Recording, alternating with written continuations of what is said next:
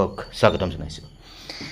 এটা বিশেষ নিৰ্দেশনা আপোনালোকে হয়তো জানিবলৈ সক্ষম হৈছে আৰু এই নিৰ্দেশনাটো সম্পৰ্কে আমাৰ যি শৈক্ষিক দিনপঞ্জী সেই শৈক্ষিক দিনপঞ্জীটো উল্লেখ কৰা আছে।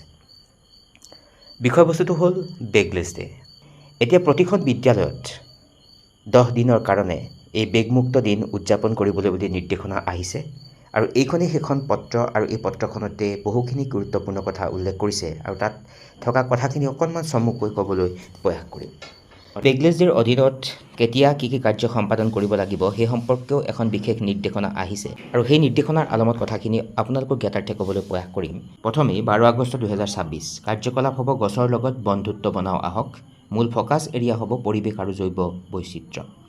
তাৰপিছতে 29 আগষ্টৰ কাৰ্যকলাপ হ'ব বিশেষজ্ঞৰ কথা অৰ্থাৎ এক্সপাৰ্ট টক আৰু মূল ফ'কাছ এৰিয়া হ'ব কেৰিয়াৰ আৰু জীৱন দক্ষতা। তাৰপিছত 7 ছেপ্টেম্বৰৰ মুখ্য যি কাৰ্যকলাপ হ'ব হস্ততাঁত ক্ষুদ্ৰ উদ্যোগ চাহ উদ্যোগলৈ যোৱা আৰু ইয়াৰ মূল ফ'কাছ এৰিয়া হ'ব বৃত্তিমূলক এক্সপ'জাৰ।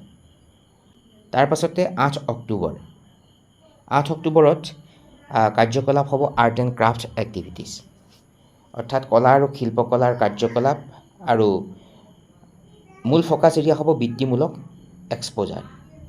তাৰপিছতে 8 অক্টোবৰত ক্ৰিয়াকলাপ হ'ব আৰ্ট এণ্ড ক্ৰাফ্ট এক্টিভিটিছ অৰ্থাৎ কলা আৰু শিল্পকলাৰ কাৰ্যকলাপ আৰু ইয়াৰ ফ'কাছ এৰিয়া হ'ব সৃষ্টিশীলতা আৰু উদ্ভাৱন। তাৰ পৰৱৰ্তী পৰ্যায়ত 28 অক্টোবৰ দিনাখনৰ কাৰ্যকলাপ থাকিব ডেইৰী ফাৰ্ম, মীন পালন, পশুধন, উদ্যান শস্যলৈ যোৱা। তাৰ পাছৰ যিটো এক্টিভিটি হ'ব নৱেম্বৰ মাহত 10 নৱেম্বৰৰ দিনা স্থানীয় নিৰ্দিষ্ট পৰিৱেশন কলাৰ ৰূপ। তাৰ পাছতে ডিচেম্বৰৰ 7 তাৰিখে কাৰ্যকলাপ থাকিব সাধাৰণ সেৱা কেন্দ্ৰ ভ্ৰমণ। তাৰ পাছত 28 ডিচেম্বৰত ক্ৰিয়াকলাপ হ'ব ইণ্ডিজেনিয়াছ গেম ফেষ্টিভেল অৰ্থাৎ খিলঞ্জীয়া যি খেল সেই খেলৰ মহোৎসৱ।